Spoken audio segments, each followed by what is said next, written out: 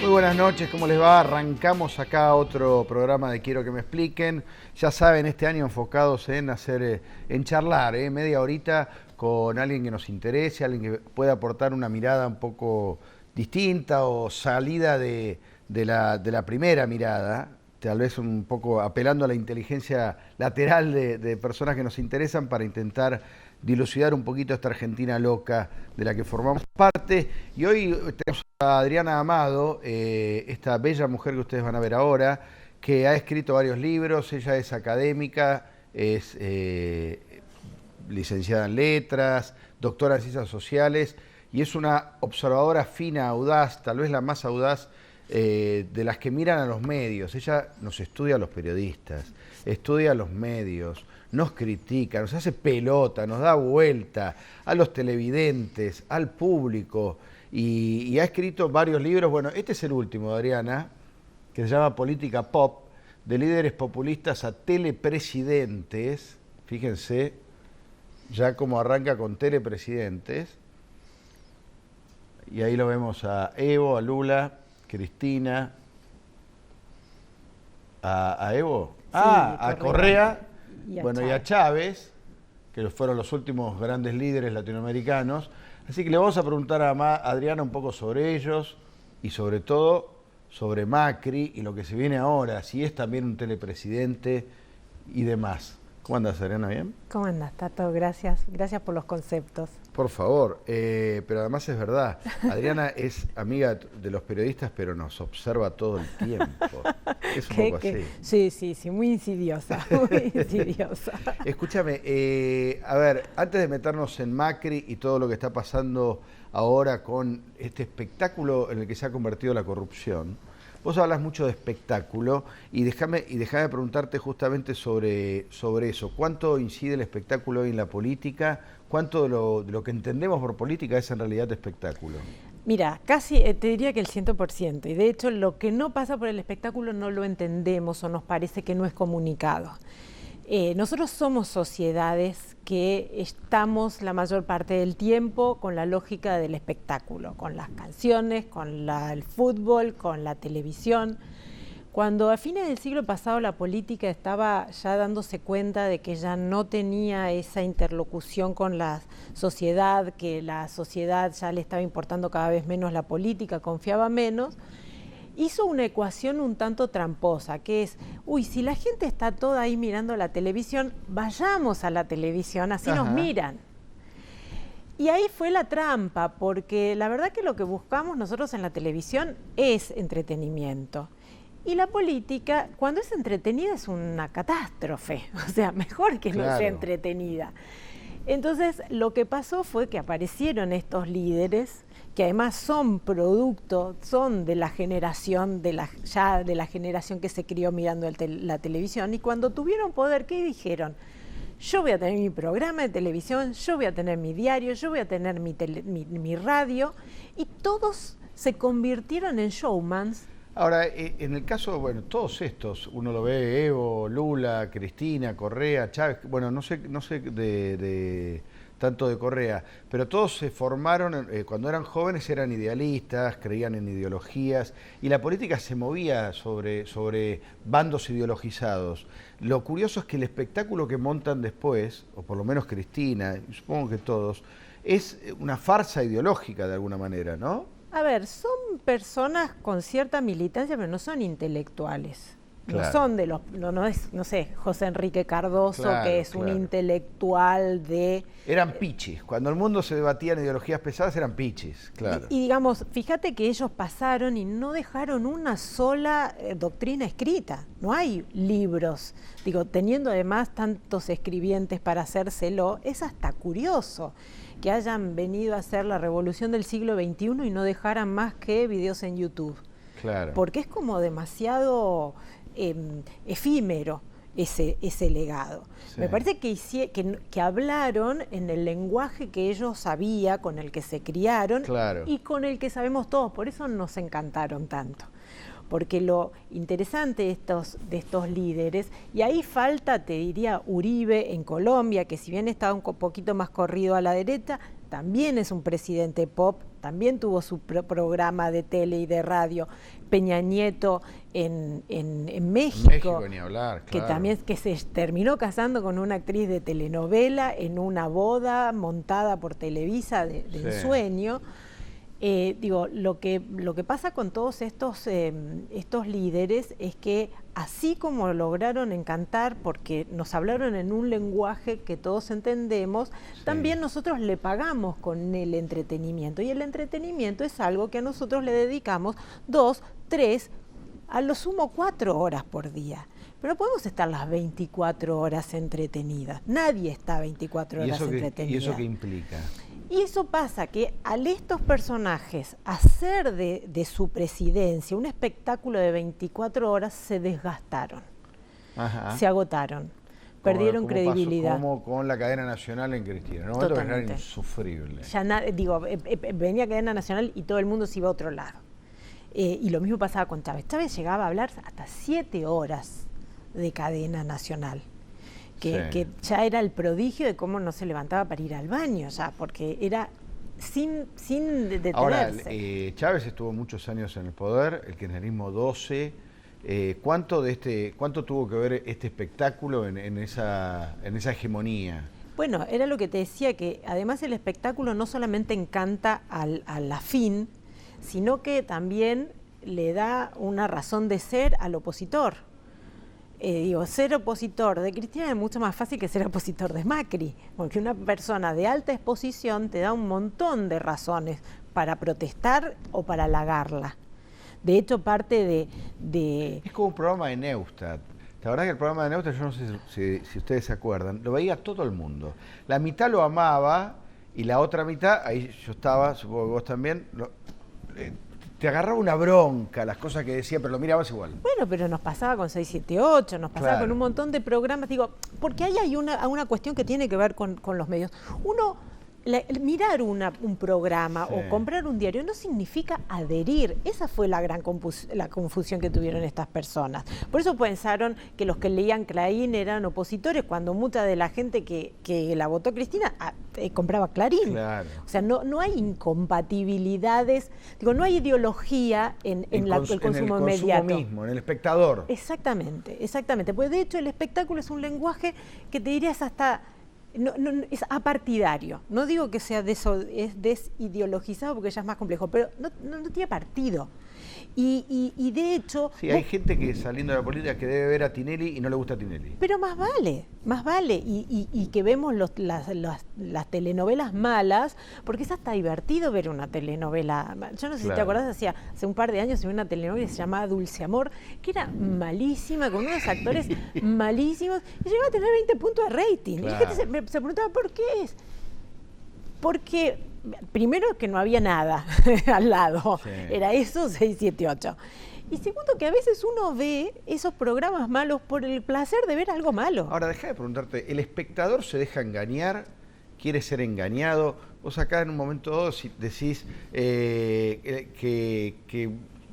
digamos que nosotros los seguimos tratando como si fueran de verdad.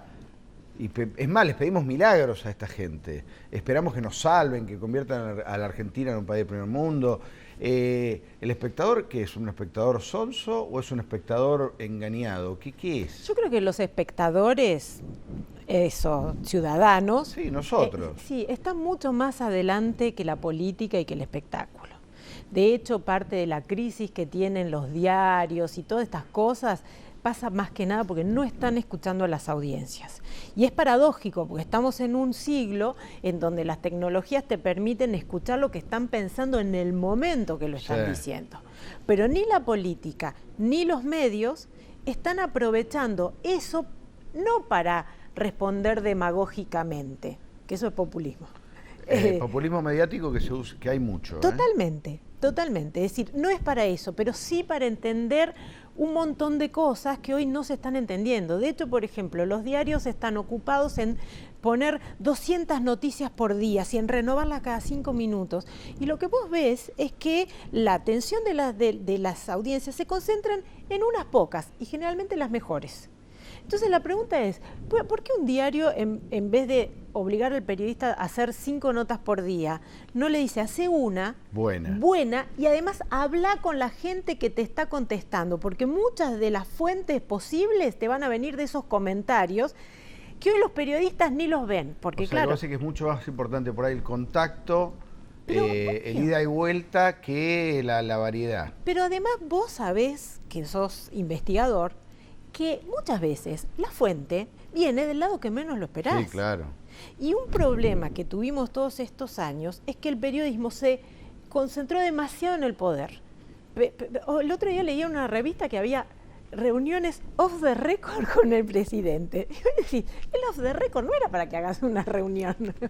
Se suponía que era un recurso para contextualizar, para vos cuidar una fuente. Hoy ya se usa como una estrategia de relaciones públicas. Dice, bueno, vamos a hacer una reunión off the record. ¿Y eso qué significa? Que el político te tira lo que él te quiere decir, porque sabe que vos lo vas a tirar en algún momento, y vos dijiste, ay, me invitó, fui a tomar un café con fulano, mengano o perengano. Sí, antes era para sacar información.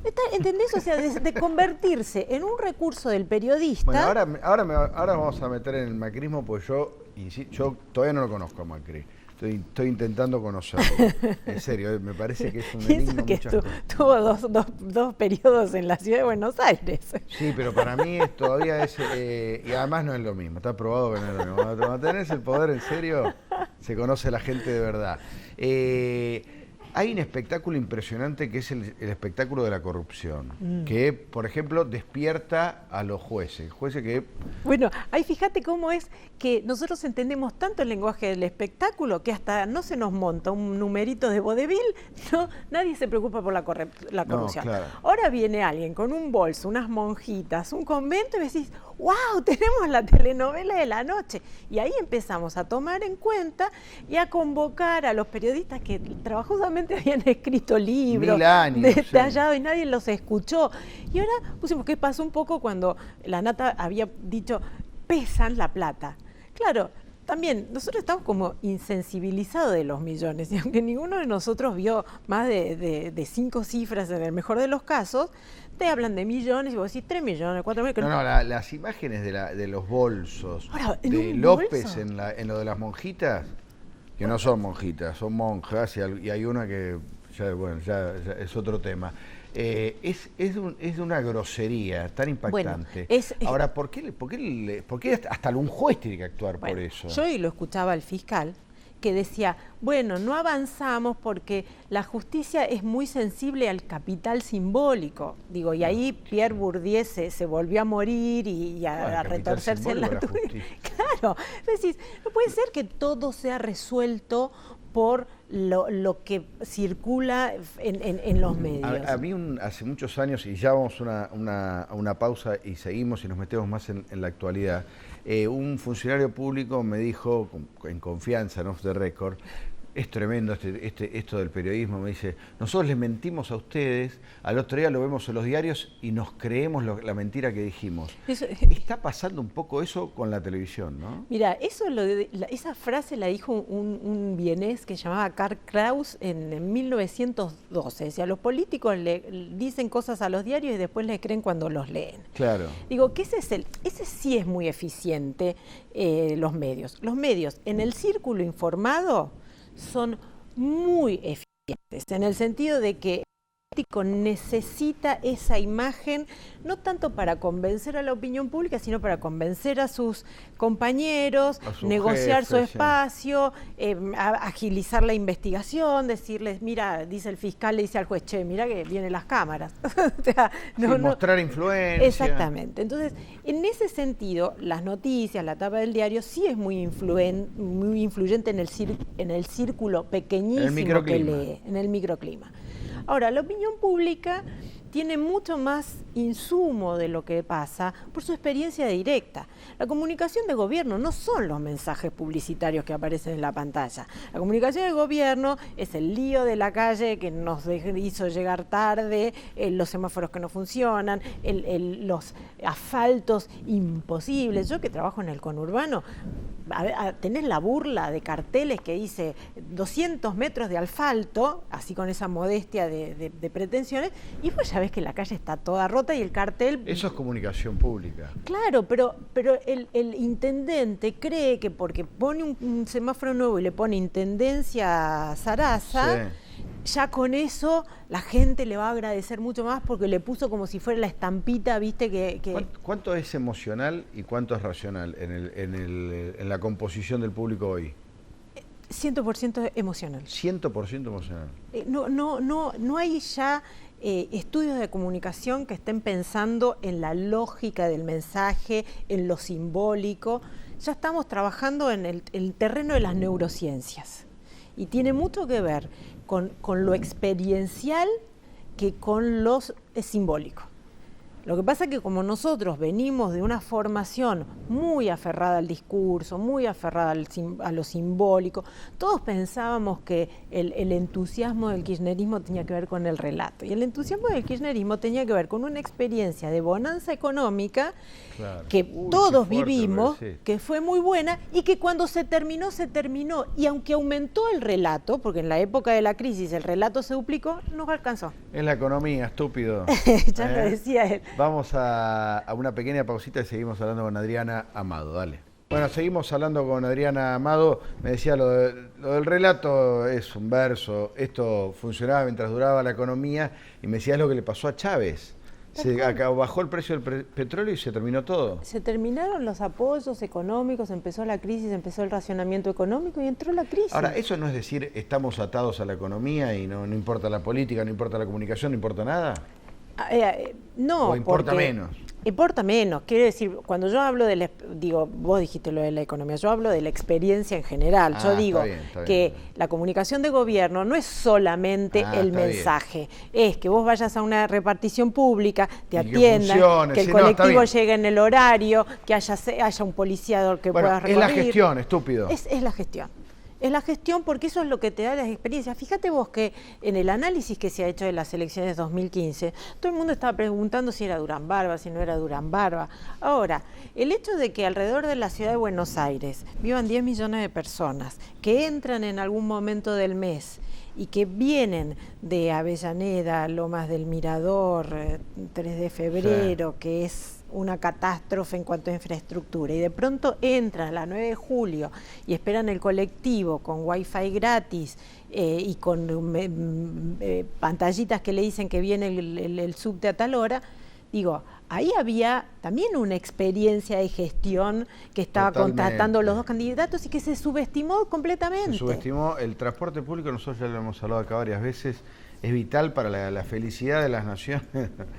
Totalmente. Es vital, y el kirchnerismo lo subestima mucho, o lo ha subestimado. Ahora hay que ver qué queda del kirchnerismo después de estos escándalos. Dejá de preguntarte sobre Macri. Venimos de una etapa, va a haber que resetearse, porque Cristina era una loca de los medios, Kirchner un loco de los medios, creían que los medios tenían más poder del que tenían, como vos bien señalás, y viene un tipo que, yo no sé ni siquiera si mira los diarios él. ¿Qué piensa Macri de los medios de comunicación? Yo, si tengo que juzgar por estos dos periodos previos, está bastante atento. Lo que no tiene es esa vocación por ser la primera figura. Ajá. Porque no me parece que le da el centro de la escena que buscaba el kirchnerismo, a él no le interesa. Además, no es un líder carismático, al estilo Kirchner, Néstor. Cristina no sé si era carismática en el sentido. No, Cristina era buena oradora, que es otra cosa. Era Susana Jiménez de la política. Exacto, y encantadora y atractiva ella como personaje. Entonces, todo el tiempo ella además sabía cómo tirar el titular del día siguiente. Aún hoy sabe cuándo dosificar el tuit, cuándo mandar el videíto y consigue que todo el mundo esté hablando de ella. Macri no sé si tiene ese estilo, me parece que no, está demasiado volcado a esa otra obsesión de la gestión, pero lo que me parece que acá hay que sacar es la mirada de lo de gobierno. Pensar que la comunicación pública tiene los gobiernos como un actor, pero también tiene la ciudadanía y también tiene los medios. Bueno, eso es muy interesante, porque venimos de un tiempo político muy largo, donde se nos dijo que la política era todo. La Sí, política exactamente. y la además, política de gobierno y además era todo. A vos, como periodista, te pusieron en el lugar de comentador. Porque vos Claro. nunca accedías a las fuentes oficiales, no te atendían. Sí. Ellos te preparaban el discurso, armaban la cadena nacional y vos tenías que escribir en el diario o comentar al día siguiente lo que ellos dijeron, pero no tenías nunca posibilidad de preguntarles. Entonces, cuando se habla de mala comunicación de gobierno, que a veces tiene que ver con que faltan elementos para evaluar la crisis, para evaluar la inflación, para evaluar el aumento de tarifas, lo que yo me pregunto es si esa información que falta tiene que venir del gobierno o no tiene que ser producida por el periodismo. Claro. O sea, ¿por qué estar esperando que tome la iniciativa? Te voy a confesar una cosa, el kirchnerismo, superado cierto momento de mucha tensión y muy insoportable, era muy cómodo para el periodismo crítico. Por supuesto. Para porque te la regalaban, era todo un regalo. Pero además... Ya no ibas a buscar la información porque no te la iban a dar. Total. Entonces lo único que tenías que hacer era responder a las barbaridades que hacían. Y comentar. Y comentar. Y fíjate vos cómo quedaron los periodistas que ahora van a una conferencia de prensa y no saben qué preguntar. Claro. Entonces le preguntan, ¿y usted cómo se siente ante el aumento de las tarifas? Y vos decís, eso no es una pregunta para hacerle a un ministro cuando lo tenés ahí enfrente. Ahora, preguntar implica ir más allá de lo que la fuente proporciona. Entonces quedamos en un periodismo muy dependiente de la fuente, muy dependiente de la cita. Fíjate que hoy mismo los invitan a los programas, a los políticos y le dice, ¿vio lo que dijo fulano de tal? ¿Usted qué opina de lo que dijo de tal? Que es como intrusos del espectáculo, pero en la política. Claro. Digamos, es comentar del comentario. El panelismo que se ve en la tele, Intratable, o todo el programa es panelismo. ¿Es hijo de esto? Obvio, pero además, ¿cuándo aparece Intrusos? Intrusos es un programa que aparece después de la crisis del 2001 y ya se instala como formato periodístico. Entonces hoy estamos todos contentos porque Intratables volvió la política a la televisión, cuando en realidad lo que no entendemos es que lo que generó es esa falsa sensación de discusión. Y que no es ninguna discusión, porque no es una discusión informada. Es un espectáculo televisivo. Es el talk show, de esos talk shows además que nunca sabés, ¿viste? Esos programas en donde nunca sabés si el caso que presentan es real o no es real, si está llorando en serio, si encontró el hijo perdido de verdad o no de verdad. Sí, pero no importa, te quedás porque es divertido. Sí, exacto. Bueno. Donde no importa, que eso es un fenómeno muy de ahora, no importa si es verdad o no. Exactamente. Una de las cuestiones que nos queda de esta época es que pusimos todo en un relativismo tal que ya no hay certezas. Por eso perdimos las cifras, por eso no hicimos investigación, por eso seguimos repitiendo que los medios tienen muchos efectos sin que nadie se haya preocupado durante todos estos años de averiguar cuáles son los efectos, en qué consisten. Digo, repetimos consignas, repetimos eslogans, en la política, en la academia y en el periodismo. Pero no investigamos. Y déjame agregarte algo, y en la opinión pública. Obvio. Porque a mí me impresiona mucho, yo lo percibo mucho en la radio, con los oyentes, cuando se instala una idea, sí. No hay manera de modificarla. A mí me impresiona mucho y lo que será, porque te dice, si apareció un bolso, los que tendrán. Claro. Esos son los comentarios. O sea, puede ser que sea todo, puede ser que sea todo. Claro. O sea, pero esa inferencia... No, los que tendrán, ya está. Y hay otra cosa que también tiene mucho que ver con una nueva tendencia que tiene que ver con que la gente se aglutina en el que habla, digamos, en el que habla como ella. Entonces, fíjate que lo mejor que te pueden decir cuando te llaman a la radio es usted dijo, Tato Yan, lo que yo siempre digo.